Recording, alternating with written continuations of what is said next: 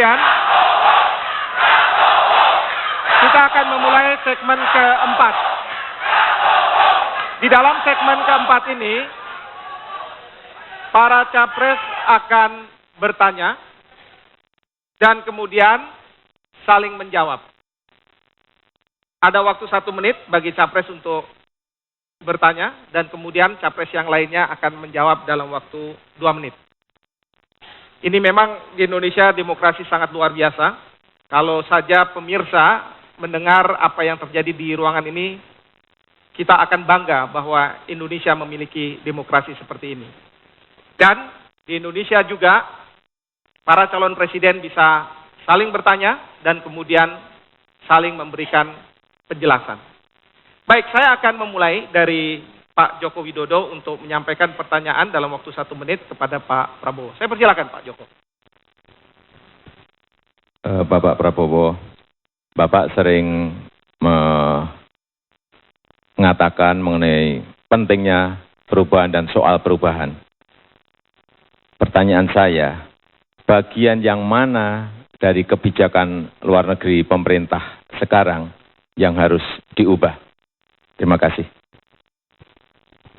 Silakan Pak Prabowo. Baik, terima kasih Saudara Joko Widodo. Saya sering bicara perubahan, tetapi kalau yang tidak perlu dirubah, ya tidak usah dirubah. Jadi kebetulan di bidang politik luar negeri, saya melihat bahwa politik luar negeri Indonesia sekarang di bawah pemerintah SBY sudah dalam jalur yang benar. 1000 kawan terlalu sedikit, 1 lawan terlalu banyak. Jadi kalau yang sudah baik, untuk apa dirubah?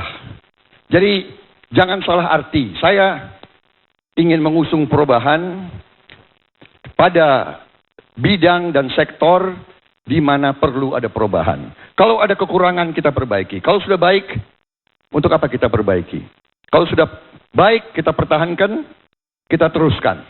Jadi kebetulan harus diakui bahwa dalam hal politik luar negeri, ya pemerintah SBY saya kira cukup menonjol, cukup diakui. Ya, itu salah satu prestasi beliau. 10 tahun membawa stabilitas, perdamaian, ya, dan hal ini jangan dianggap remeh. Perdamaian jangan dianggap remeh. Kita lihat tiap malam di televisi, di Timur Tengah, di mana-mana negara lain penuh perang saudara dan kekacauan. Ya, kalau ada sekarang pemerintah yang punya politik yang benar, politik yang benar, saya yang pertama mengakui. Saya tidak minta perubahan asal perubahan. Ya, itu mungkin salah pengertian Pak Joko Widodo. Saya ingin yang baik kita pertahankan. Kalau bisa kita tingkatkan. Jadi good neighbor policy, stabilitas dan perdamaian untuk Indonesia. Baik, terima kasih Pak Prabowo.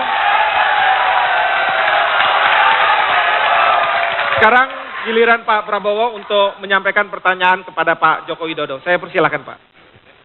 Pak Joko Widodo, bagaimana pendapat Bapak tentang peran Indonesia dalam WTO, World Trade Organization, Organisasi Perdagangan Dunia?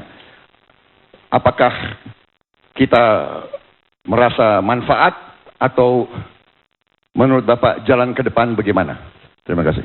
Terima kasih Pak Prabowo. Saya persilahkan Pak Joko Widodo, 2 menit dari sekarang. Terima kasih. Kita ikut di WTO memang ada plus minusnya. Dalam hal perdagangan, baik waktu kita masuk ke barang-barang kita masuk ke sebuah negara, ada tarif dan non tarif, ada barrier juga di sana. Oleh sebab itu, kalau kita tidak ikut di dalam WTO, barang-barang kita juga akan sulit untuk masuk ke sebuah negara. Dan menurut saya, kita ikut WTO akan untung asal kita punya produktivitas, kita punya daya saing, dan barang-barang kita kompetitif di pasar dunia. Sehingga kita bisa masuk ke semua negara. Bisa masuk ke semua negara. Oleh sebab itu, pentingnya kita memperkuat produktivitas dan daya saing itu. Dan kalau ada barang yang masuk dari luar ke Indonesia, tentu saja ini juga sangat mengganggu kita. Tetapi sekali lagi, kalau harga-harga kita kompetitif, kalau harga-harga kita bisa bersaing, saya kira tidak ada masalah. Hanya sekarang memang daya saing kita ini rendah. Inilah saya kira yang harus kita kerjakan. Inilah yang menjadi PR kita, agar kita mempunyai harga-harga yang produktif, harga-harga yang punya daya saing, sehingga kita bisa masuk ke pasar mana saja. Tugas kita ke depan saya kira ini, agar barang-barang industri kita yang berorientasi ekspor itu bisa masuk ke semua pasar. Meskipun kita ngerti bahwa mau masuk ke sebuah pasar harus ada eco-labeling, ingin masuk ke sebuah pasar harus karantina, di sana terlebih dahulu pasti ada yang tarif maupun non-tarif, ada barier di sana. Terima kasih. Baik, terima kasih. Terima kasih Pak Joko Widodo. Selanjutnya saya persilakan Pak Joko Widodo untuk menyampaikan pertanyaan kepada Pak Prabowo Subianto. Saya persilakan. Terima kasih. Bapak Prabowo, ancaman terbesar apa yang sedang dan mungkin dihadapi Indonesia? Dan bagaimana mengatasinya? Terima kasih. Baik, terima kasih Pak Joko Widodo pertanyaannya. Saya akan persilakan Pak Prabowo untuk menyampaikan dalam waktu 2 menit. Saya minta klarifikasi, apakah ancaman dari luar negeri atau ancaman dari dalam negeri, Pak Joko Widodo? Dua-duanya saya kira, Pak. Baik. Enggak, Bapak tanya ancaman terbesar, ya. Baik, kalau begitu saya simpulkan ancaman terbesar dari luar negeri dan ancaman terbesar dari dalam negeri.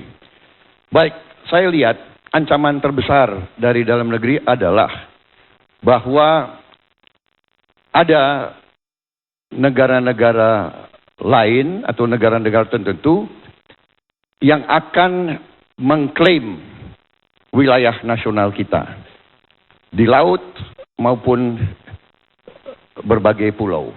Jadi ini menurut saya harus kita siap menghadapi.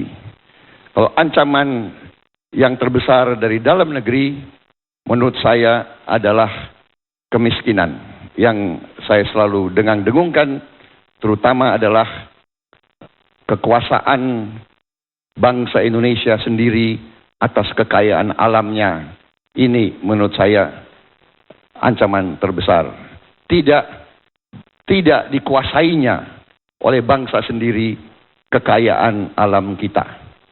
Kalau dengan demikian kita tidak punya tabungan kekayaan nasional untuk menghadapi kebutuhan mengurangi kemiskinan rakyat kita. Saya kira. Terima kasih. Baik. Terima kasih Pak Prabowo. Sudah cukup ya Pak ya. Baik, selanjutnya saya ingin beri kesempatan kepada Pak Prabowo untuk menyampaikan pertanyaan kepada Pak Joko Widodo. Saya persilakan Pak, 1 menit. Saudara Joko Widodo, tadi Bapak tanya ancaman terbesar, saya balik bertanya.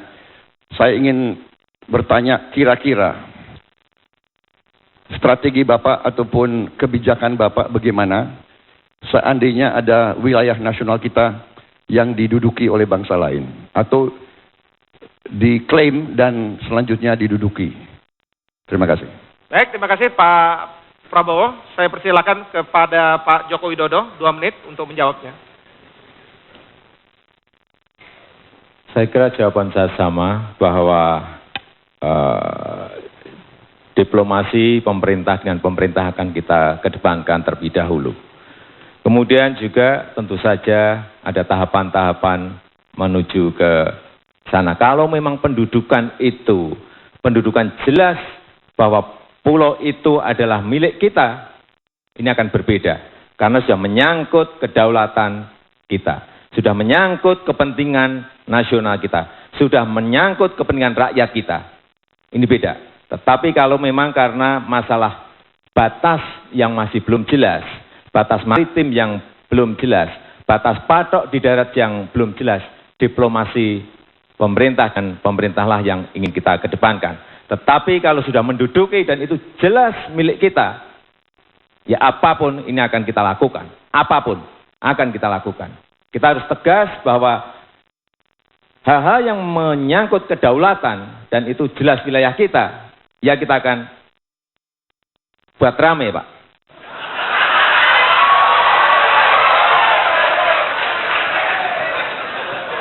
Enggak, karena jangan dipikir saya tidak bisa tegas. Karena tegas menurut saya adalah berani memutuskan dan berani mengambil risiko.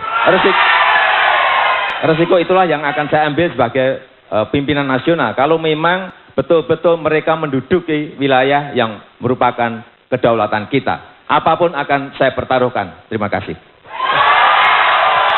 Terima kasih Pak Joko Widodo.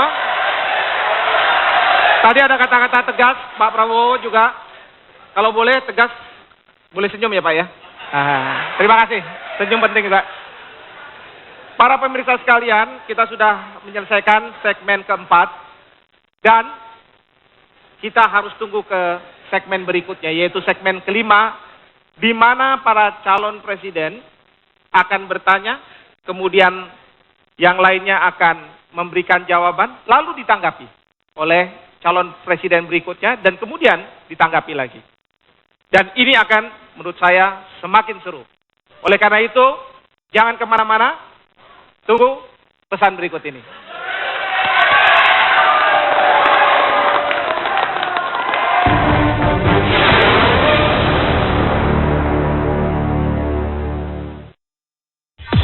Biar